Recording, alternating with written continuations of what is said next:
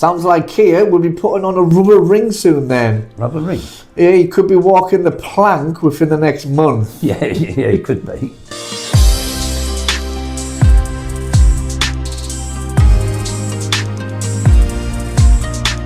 So Paul, FX markets have been quiet this week with decreased volatility across the board. Yeah, certainly the tightest ranges we've seen since the conflict began in both sterling dollar and sterling euro. And is that because the taco trade is still in play? Yeah, it appears to be. As you know, we saw major moves on Trump's comments at the beginning of the conflict, but now little reaction to them. And that's because... Well, this week was a typical example of taco. On Tuesday, before the deadline expired, Trump tells reporters he's not inclined to agree to an extension of the ceasefire and expects to resume the bombing campaign, only to walk it back hours later and extend the truce. So nothing has changed really. The US blockade is still in place and Iran continues to block the strait. Yeah, it's a classic Mexican standoff. Neither side wants to blink first and look as though they're conceding any ground to the other. But both the US and Iran have still been attacking the seasoned ships. But let's hope behind all the rhetoric and headlines that there are real negotiations behind the scenes. Yeah, let's hope they can get round the negotiating table in the coming days.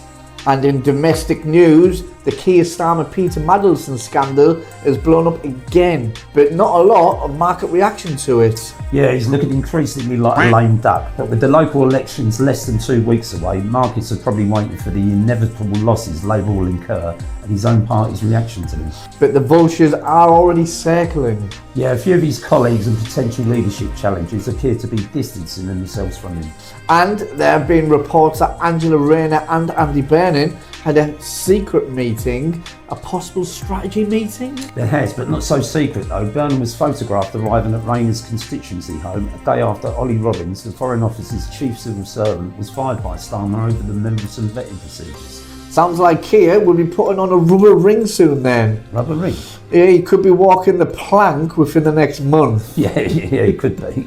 And lots of UK data this week, the most important being the employment and inflation figures. Yes, and employment data was a bit mixed. The headline unemployment rate fell, but vacancies also dipped to their lowest in 5 years. And inflation data? Well, as you would expect, inflation rose 3.3% in March from 3% in February, driven by higher fuel costs due to the conflict's impact on global oil prices. And this data was collected in mid-March, only a few weeks into the war. So the full impact of the war has not yet been felt on consumer prices. Yeah, that's right. And next week will be a big week for central banks with meetings by the Fed, ECB and Bank of England. Yeah, it's the Fed on Wednesday, ECB and the old lady on Thursday. And are any policy changes expected? No, they're all expected to keep rates on hold and wait and see how the conflict plays out. But comments and voting patterns will be closely monitored.